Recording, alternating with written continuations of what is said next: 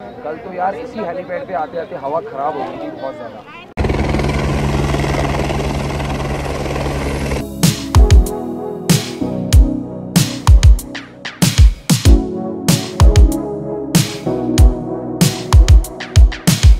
Her Har Mahadev. Hey guys, good morning and welcome back to the day 4। Time हो रहा है इस टाइम 6:58 और रात पहुँचे थे। जैसा मैंने आपको दिखाया, बहुत टायर्ड हो गए थे। रात करीब 10 बज गए थे हमें आते आते, तो मंदिर बंद हो गया था उस टाइम पे। ना दर्शन का था कुछ। तो अब मॉर्निंग में हम लोग करेंगे दर्शन चल के और आपको दिखाएंगे। हम सब रात को यहाँ आके इकट्ठे हो गए थे, जो रास्ते में हम लोग अलग हो गए थे। पूरा ग्लेशियर से ढका हुआ है ये। और गाइस, होटल यहाँ से मंदिर से बिल्कुल 100 मीटर की दूरी पे ये है जहाँ हम लोग रुके हुए हैं। और यहाँ से अगर हम यहाँ पीछे जाते हैं, ये जो गली आप देख रहे हैं, इसको जस्ट हम पार करते हैं तो सामने मंदिर है। वो भी मैं अभी आपको चल के दिखाऊंगा जब हम लोग दर्शन करने चलेंगे। कैंप्स आप देख रहे हैं मेरे आसपास, ये कैंप्स लगे हुए हैं। जिनका होटल में बुकिंग नहीं है तो वो यहाँ कैंप्स में आके रुक रहे हैं। मतलब जिसको जिस प्रकार से भी व्यवस्था मिलती है। हम लोग भी दर्शन करके आए हैं यार। ये आए हैं दर्शन करके अंकल जी। नहीं, कैसे दर्शन हुए आपके? हमारा आने जाने का हेलीकॉप्टर हो गया एकदम बढ़िया। अच्छा, बहुत बढ़िया रहा फिर तो। 2 दिन पहले बहुत बारिश थी। बहुत बारिश थी, हाँ जी। और बारिश नहीं, बर्फ की बारिश थी। हाँ हाँ। इसमें हमको सच्चा समाचार मिला है। 4 यंग गए। क्यों गए कि वो बारिश में ऐसे डांस करने लगे, कूदने लगे। हाँ। उसको कुछ पता नहीं था कि बारिश में कैसे रहने का। हाँ। तो चढ़ाई करते वक्त, हाँ, जो भारी बारिश हो गई ना, बर्फबारी, तो इसमें वो लोग ऐसे डांस करने लगे न ऐसे। तो इसमें दो यंग लड़के ठंड से, हाँ, उसका हार्ट फेल हो गया। ओ, ये तो बड़ी तो ऐसा नहीं करना चाहिए, वो बोल दो आप। हाँ, अभी अंकल बता रहे हैं कि हार्ट अटैक से डेथ हो गई उनकी।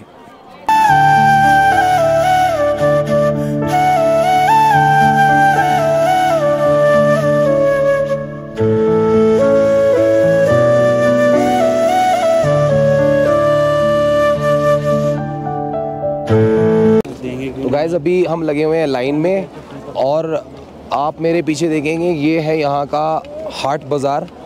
और यहीं पे पीछे आपको एटीएम भी मिल जाएगा। एचडीएफसी का एटीएम है यहाँ पे। तो लाइन हम यहाँ तक अभी लगे हुए हैं क्योंकि हमने सुबह ही अपना एक बंदा यहाँ लगा दिया था, तब जाके ये हमारा नंबर आया है। क्योंकि लाइन अभी यहाँ से आधा किलोमीटर दूर जो हेलीपैड है वहाँ तक लाइन लगी हुई है।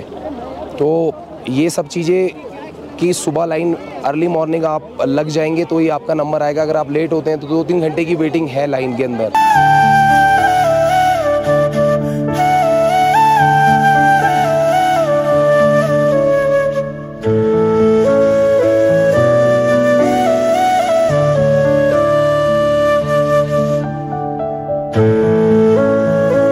अब सब तैयार होके लाइन में लगे हुए हैं। अब सब सही है। जय बाबा केदारनाथ की जय। ये देखो, ये रेनू जी हमारी, इन्होंने सुबह नंबर होल्ड कर लिया था थोड़ा, तो हमें थोड़ा सा राहत मिल गई कि हमें इतना पीछे नहीं जाना पड़ा। तो फ्रेंड्स, ये ऐसे जब आप लाइन में लगेंगे तो इस तरह से टैग लगेगा। टैग लगने के बाद ही आपको आगे एंट्री मिलेगी। अगर टैग नहीं लग रहा होगा तो ये देखिए, तो फिर आप जाके दर्शन नहीं कर सकते। तो ये टैग होने बहुत ज़रूरी है। और जब ये बैंड पहन लिया है, अब इसका मतलब हमारे दर्शन देखिए। तो बाबा में दर्शन देखिए। केदारनाथ भगवान की जय।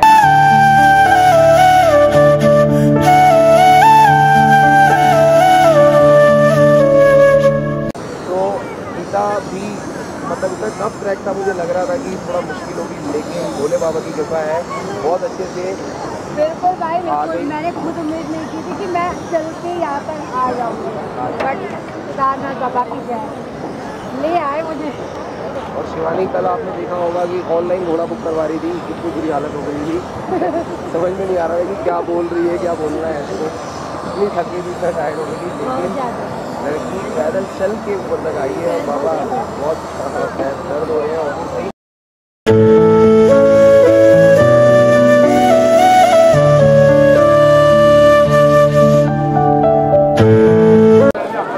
आत्मा प्रसन्न हो गई दर्शन करके। बहुत ही शानदार दर्शन रहे बाबा केदारनाथ के, बहुत अच्छे से और आराम से दर्शन हमने करे और मंदिर की झलक देखकर एकदम इंसान भव्य विभोर हो जाता है। इतना सुंदर मंदिर है और इतना सुंदर सब कुछ यहाँ बाबा की नगरी में है। और गाइज़ मैं खुशकिस्मत मानता हूँ कि मैं यहाँ इन सब लोगों के साथ आ पाया और बाबा के दर्शन कर पाया, हमें बाबा ने बुलाया। और किस्मत ये भी अच्छी है कि मैं आप सब लोगों को ये दर्शन करा पाया।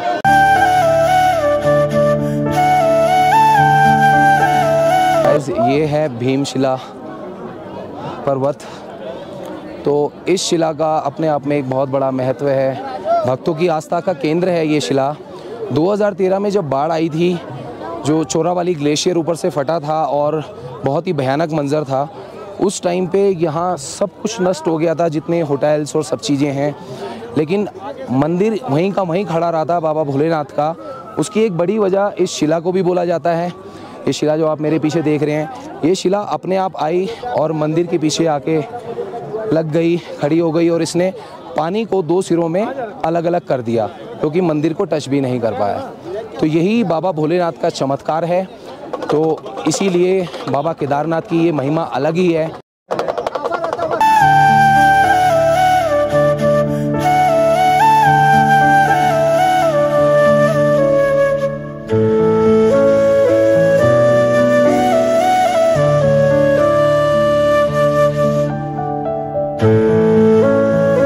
गाइस बाबा केदारनाथ का जो मंदिर है, जो कि पांडवों द्वारा निर्मित बताया जाता है। तो अंदर जब हम दर्शन कर रहे थे तो बाबा भोलेनाथ के जो शिवलिंग है उसके साथ साथ पांडवों की भी वहाँ प्रतिमाएं बनी हुई हैं, नकुल सहदेव अर्जुन युधिष्ठिर सब की। गाइस तो ये आप मेरे पीछे का नज़ारा देख सकते हैं, कितना ही भव्य विभोर है, कितना सुंदर है। चारों तरफ आप देखेंगे तो ग्लेशियरों से ढके हुए माउंटेन्स आपको नज़र आएंगे।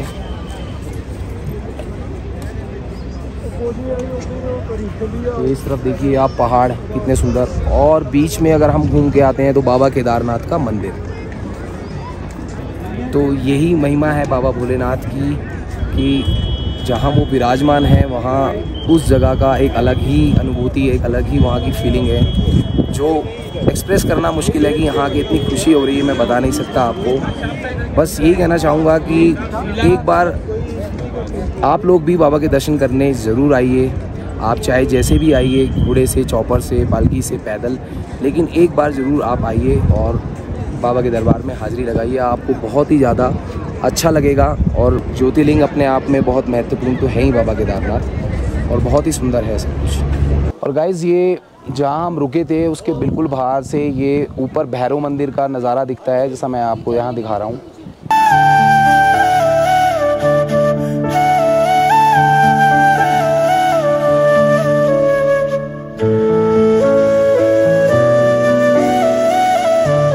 अगर आप आते हैं, आपके पास टाइम है, आप स्टे कर रहे हैं, तो यहाँ भी आप जा सकते हैं।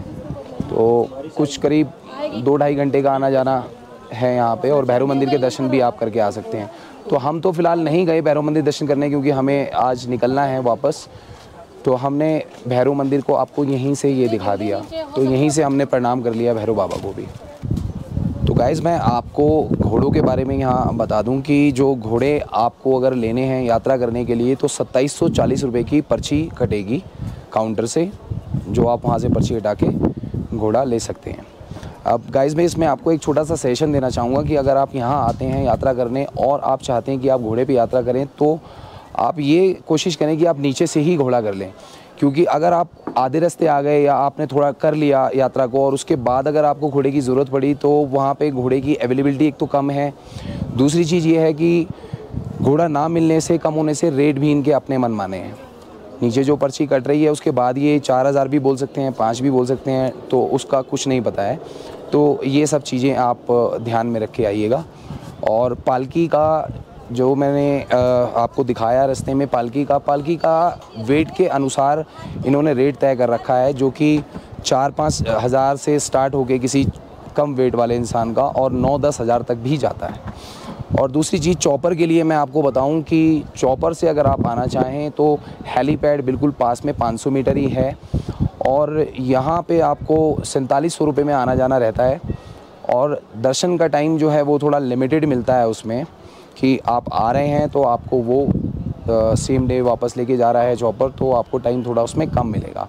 लेकिन वो भी एक सुविधा है कि आप आके इजीली दर्शन कर लेंगे और उस पर जा सकते हैं वापस। गाइस, रहने की व्यवस्था मैंने आपको दिखाई। यहाँ पे GMVN का रेस्ट हाउस भी बना हुआ है, जहाँ पे आप जाके कमरे ले सकते हैं, और रूम्स आपको यहाँ ऊपर भी मिल जाते हैं, डिपेंडिंग ऑन द अवेलेबिलिटी है। और रास्ते में कैंप्स भी बहुत सारे हैं। तो गाइज़, इस सीज़न की अगर मैं बात करूं, जो ये मई जून का सीज़न चल रहा है यात्रा का, इसमें रश काफ़ी है। तो मैं आपसे ये कहना चाहूँगा कि आप विदाउट बुकिंग ना ही आए तो अच्छा होगा। आपका प्री बुकिंग रहेगा सब कुछ, तो आपके लिए कंफर्टेबल होगा। और दूसरा कि अगर आप विदाउट बुकिंग आ रहे हैं तो वो आपके बजट को भी हिला सकता है, क्योंकि आप जो एक्सपेक्ट करके आ रहे हैं कि आपको इतने बजट में ट्रैवल करना है, तो वो उस हिसाब से नहीं होगा। हर चीज़ आपके लिए महंगी हो जाएगी, क्योंकि अगर आपकी प्री बुकिंग नहीं होगी। तो मैं ये कहना चाहूँगा कि आप प्री बुकिंग करा के आएँ तो आपको परेशानियाँ भी नहीं होंगी किसी चीज़ की। दोस्तों, इस दुर्गम यात्रा के बाद एक तरफ आप थक कर चूर हो जाएंगे, दूसरी तरफ बाबा केदारनाथ के दर्शन करके कोई भी शिव भक्त अपने इमोशंस को रोक नहीं पाता है। इस मंदिर को देखकर आप भव्य विभोर हो जाएंगे, जैसा कि आप मेरे पीछे देख पा रहे हैं। और ये आपके अंदर एक अलग ही ऊर्जा का संचार कर देगा, जिससे आपकी सारी थकावट भी दूर हो जाएगी, जैसा हमने यहाँ पे महसूस किया। तो इसी के साथ हम लेते हैं अलविदा बाबा केदार की घाटी से, और आपसे मिलेंगे किसी दूसरी वीडियो में। तब तक आप अपना ध्यान रखिए, बाबा केदार का गुणगान कीजिए और देखते रहिए प्रशांत थपलियाल ब्लॉग्स।